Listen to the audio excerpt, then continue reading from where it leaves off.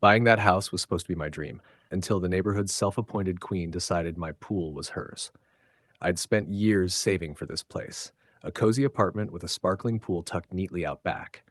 The first night, I slept like a king. Finally, peace. But the next morning I woke up to chaos. Laughter, splashes, music. I stepped outside and froze. There was a full-blown pool party happening in my backyard. 3 women lounging in my chairs, floats bobbing in my water, and a Bluetooth speaker blasting like it was Coachella. Leading the invasion, Karen, the neighborhood's reigning monarch of entitlement, straw hat, oversized shades, and that smug "I own this street" stance. I told them to leave. Calm, firm adult. But Karen just turned her head and said, "Who are you?" Like I was the one trespassing.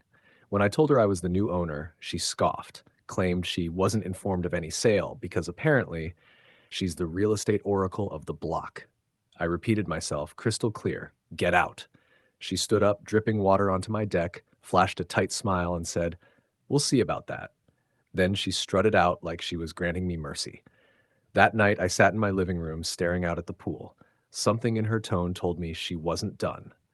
And oh, I was right. Before we go any further, comment where in the world you're watching from.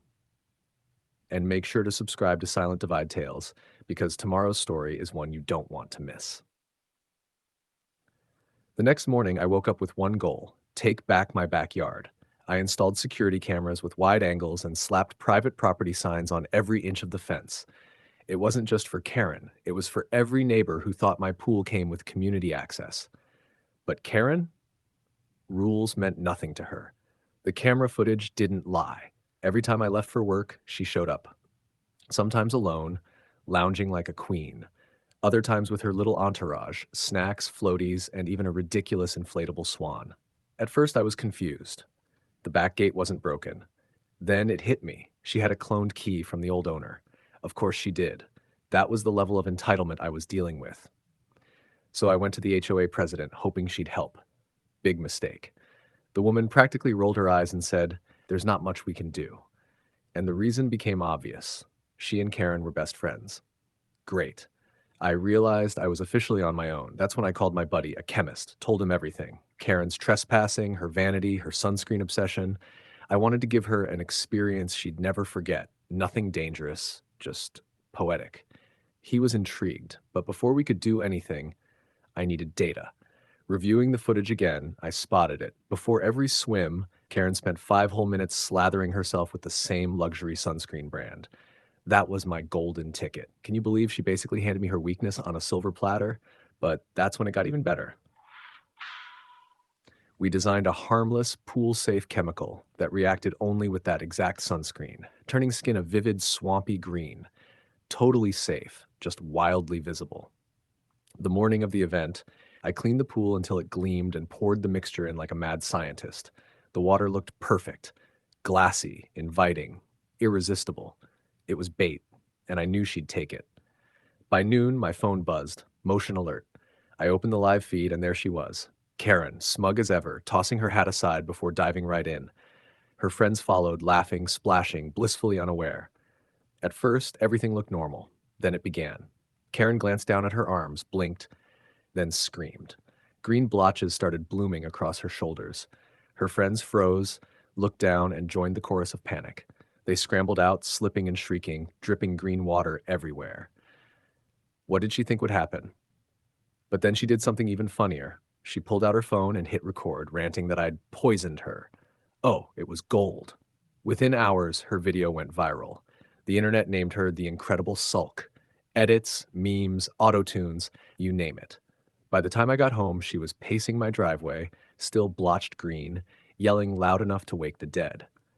The neighborhood had gathered, some pretending to check mail, others recording. I pulled out my phone and said, "Smile for the camera, Karen." She exploded. The HOA president tried to intervene, but when Karen started shouting about lawsuits and chemical burns, the president's face looked like she wanted to evaporate. Do you think she'd actually go through with it? Oh, she did, but she wasn't ready for what came next. 2 days later, Karen stormed into the police station claiming chemical assault. But guess what? The cops had already seen everything. My footage, her viral meltdown, her repeated trespasses, and the kicker.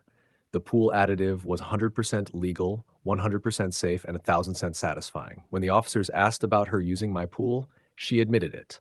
Uh, on record, case dismissed. The fallout was delicious. The HOA distanced themselves faster than you can say green embarrassment. Karen's meltdown became neighborhood legend. Teenagers whispered Shrek's cousin when she passed by, and even weeks later, faint stains clung to her elbows like permanent karma. Eventually, she stopped showing her face anywhere near my house. My pool was finally mine again. Quiet, peaceful, perfect. That weekend, I floated on the water, drink in hand, watching sunlight dance across the surface. Justice hadn't just been served, it was served poolside with a splash of humiliation. So the next time someone thinks your property is theirs, remember, you don't always have to fight loud. Sometimes you just let karma do the swimming. This is Silent Divide Tales, where karma doesn't knock, it cannonballs. Subscribe now, because tomorrow's story, let's just say, another Karen's about to get what's coming.